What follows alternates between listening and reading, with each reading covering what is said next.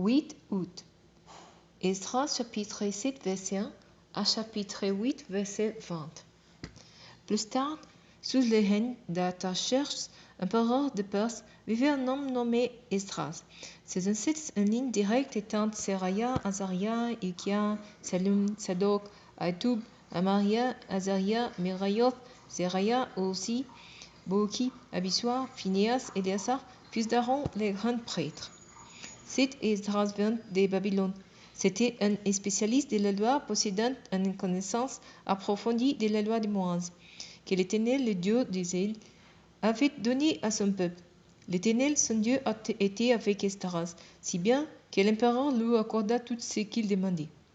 La 7e année du règne d'Artaxerxès, un certain nombre d'Israélites, des prêtres et des Lévites, des musiciens, des portiers et des servants du temple partirent pour Jérusalem. Esdras vint avec eux à Jérusalem en 5e mois de la 7e année du règne de l'empereur. Il avait fixé le départ de Babylone au premier jour du premier mois et il arriva à Jérusalem le premier jour du 5e mois grâce à la protection bienveillante de son Dieu.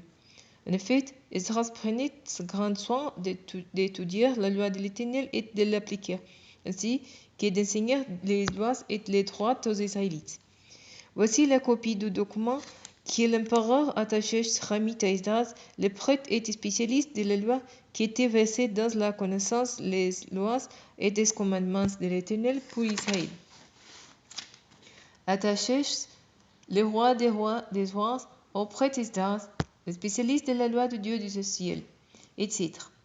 J'ai donné ordre que tous les Israélites, les prêtres et les Lévites qui résident dans mon royaume et qui désirent aller à Jérusalem alliant avec toi. Moi, le roi et mes 7 conseillers, nous te voyons faire une enquête dans le territoire de Juda et de Jérusalem pour voir comment y est observé la loi de ton Dieu qui est entre tes mains. Tu es également chargé d'apporter l'argent et l'or que les rois et ses conseillers ont offert au Dieu d'Israël qui a sa demeure à Jérusalem. Tu importeras aussi tout l'argent et l'or que tu auras collecté dans toute la province de Babylone et les dons volontaires faits par le peuple et les prêtres pour le temple de leur Dieu qui est à Jérusalem. Avec cet argent, tu auras soin d'acheter là-bas des taureaux, des béliers, des agneaux avec les offrandes des céréales et des vins qui devront les accompagner, et tu les offriras sur l'autel du temple de votre Dieu à Jérusalem. Quant au reste de l'argent et de l'or, vous en ferez ce que toi et tes compatriotes jugerez bon de faire, conformément à la volonté de votre Dieu. Tu déposeras devant le Dieu de Jérusalem les ustensiles de culte qui te seront remis pour le service du temple de ton Dieu. Concernant les autres dépenses qu'il te sera nécessaire d'effectuer pour le temple de ton Dieu, tu les feras payer par la trésorerie royale. Moi, l'empereur Artaxerxès, j'ai donné l'ordre à tous les trésoriers de la province à l'ouest de l'Euphrate de faire exactement tout ce que les prêtres Esdras, spécialiste de la loi de Dieu du ciel, vous demandera, jusqu'à la concurrence de 3500 kg d'argent, 45 000 litres de blé, 4500 litres de vin, 4500 litres d'huile et du sel à volonté. On se conformera scrupuleusement à tout ce qui est ordonné par le Dieu du ciel pour qu'il ne se mette pas en colère contre mon père et contre mes descendants. Enfin, nous vous notifions qu'il n'est permis de prélever ni taxes, ni impôts, ni droits de page sur le compte des prêtres, des Lévites, des musiciens, des portiers, des servantes et des serviteurs de ce temple.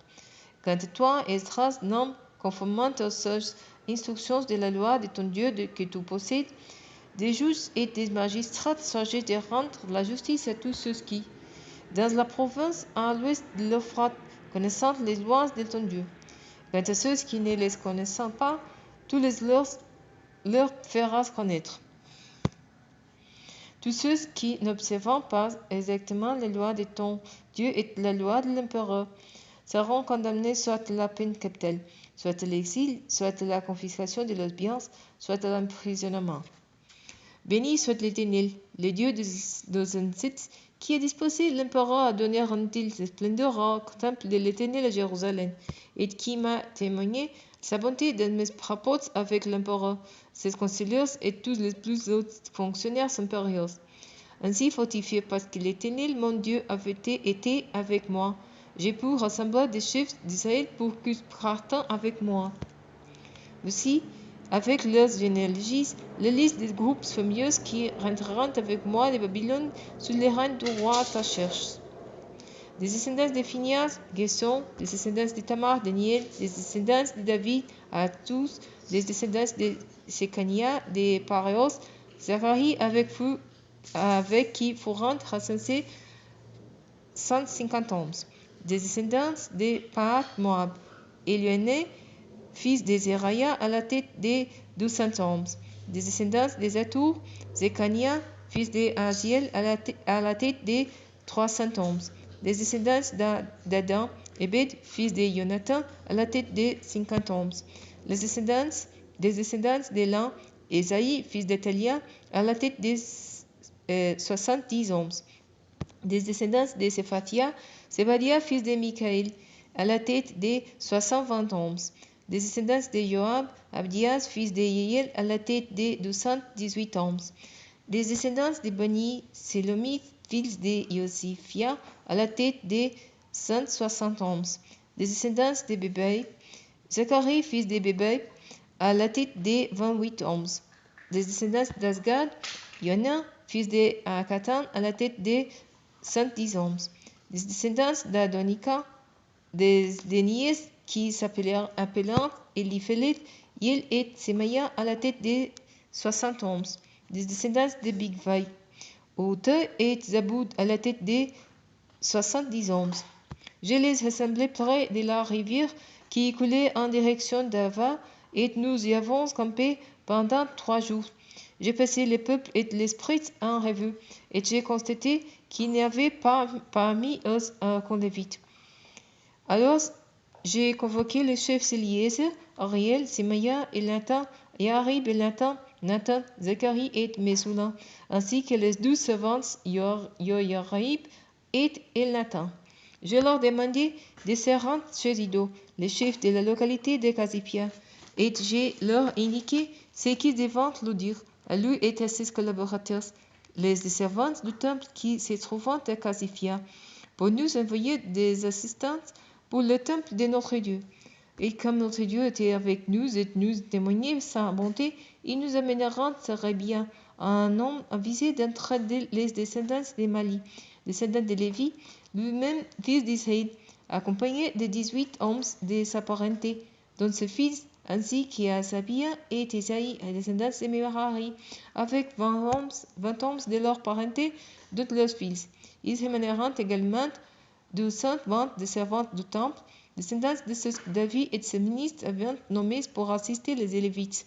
Tous avaient été nommément désignés.